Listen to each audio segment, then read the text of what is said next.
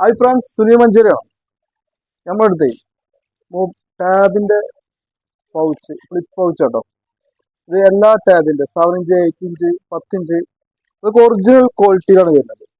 ഇത് ടാബിന്റെ flip pouch പറഞ്ഞാൽ നമുക്ക് റൊട്ടേഷൻ ചെയ്യാം കേട്ടോ. ഇത് വെറൈറ്റി മോഡലാണ്, എല്ലാ ഭാഗത്തും റൊട്ടേഷൻ ചെയ്ത് പൗച്ചാണ്.